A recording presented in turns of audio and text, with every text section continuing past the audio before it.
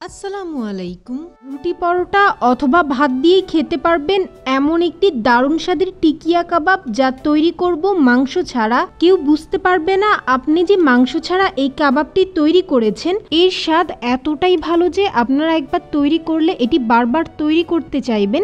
চলুন দেখিনি এর পুরো প্রস্তুত প্রণালী। প্রথমে একটি ননস্টিক প্যানে নিয়ে নিব প্রায় 1 কাপ মুসুরের ডাল। এটাকে আমি খুব ভালো করে ধুয়ে পরিষ্কার করে নিয়েছি। আপনারা চাইলে ডালের পরিমাপ আরও কিছুটা কমিয়ে অথবা বাড়িয়ে নিতে পারবেন। এবার দিচ্ছি প্রায় হাফ চা চামচ হলুদের গুঁড়া, হাফ চা চামচ ভাজা জিরার গুঁড়া,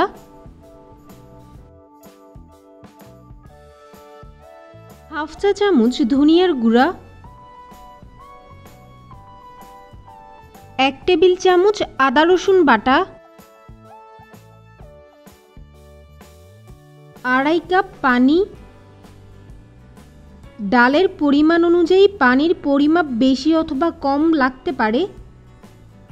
ডাল সেদ্ধ করার সময় আমি এখানে লবণ ব্যবহার করছি না, কারণ লবণ ব্যবহার করলে ডাল সেদ্ধ হতে অনেক বেশি সময় লাগে।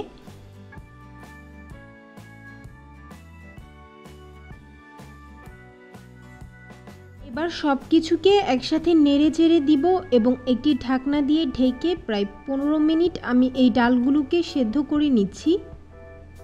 আপনারা যদি মোটা মসুরের ডালটা ব্যবহার করেন সেক্ষেত্রে সেদ্ধ হতে আরও বেশি সময় লাগতে পারে। 15 মিনিট পর আমি ঢাকনাটা খুলে আবারও নেড়ে চেড়ে দিব। ডাল খুব ভালোভাবে সেদ্ধ হয়ে গেছে। চুলা থেকে নামিয়ে আমি প্রথমে ঠান্ডা করে নিব, এরপর একটি মিক্সিং বোলে ঢেলে নিচ্ছি। মিক্সিং বোলে নিয়ে দিয়ে দিচ্ছি কিছু গুঁড়া মশলা।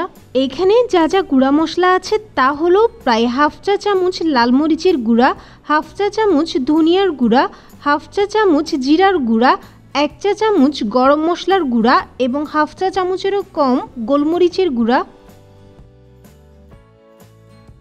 1 টেবিল চামচ আদা রসুন বাটা, 1 কাপ পেঁয়াজ। 3টি বড় সাইজের পেঁয়াজকে আমি কুচি করে কেটে নিয়েছি।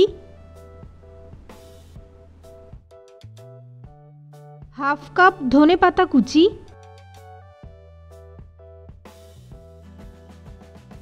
1 টেবিল চামচ কাঁচা মরিচ।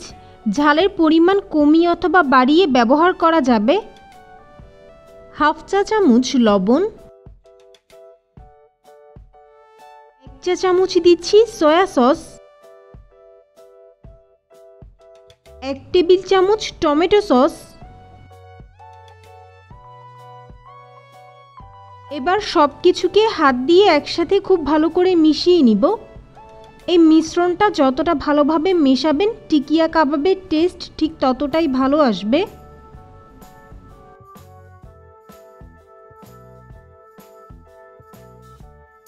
এবার এখানে দিয়ে দিব প্রায় 1 কাপ পাউরুটির গুঁড়া।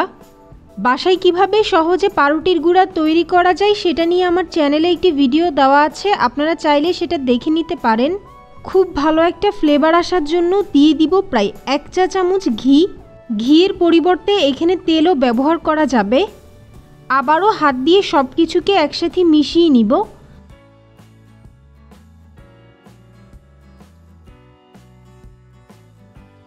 সব কিছু একসাথে মিশিয়ে নেওয়ার পর দিয়ে দিব সর্বশেষ উপকরণ একটি ডিম।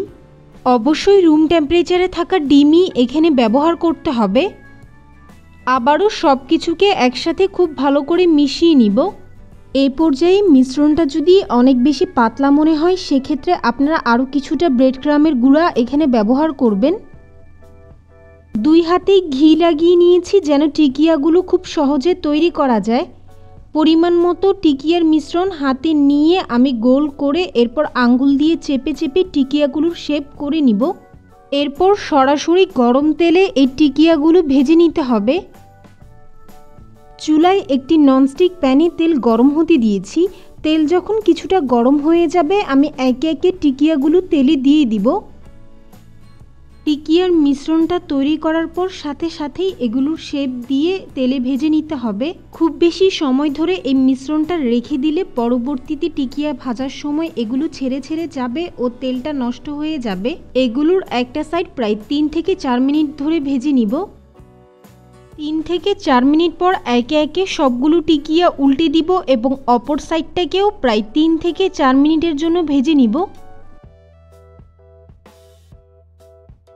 টিকিয়াগুলো তৈরি করা হয়ে গেছে। এক্সট্রা তেল ঝরিয়ে নিয়ে তেল থেকে তুলে নিব। মাংস ছাড়া মজাদার এই টিকিয়া কাবাব রেসিপি আশা করছি আপনাদের ভালো লেগেছে।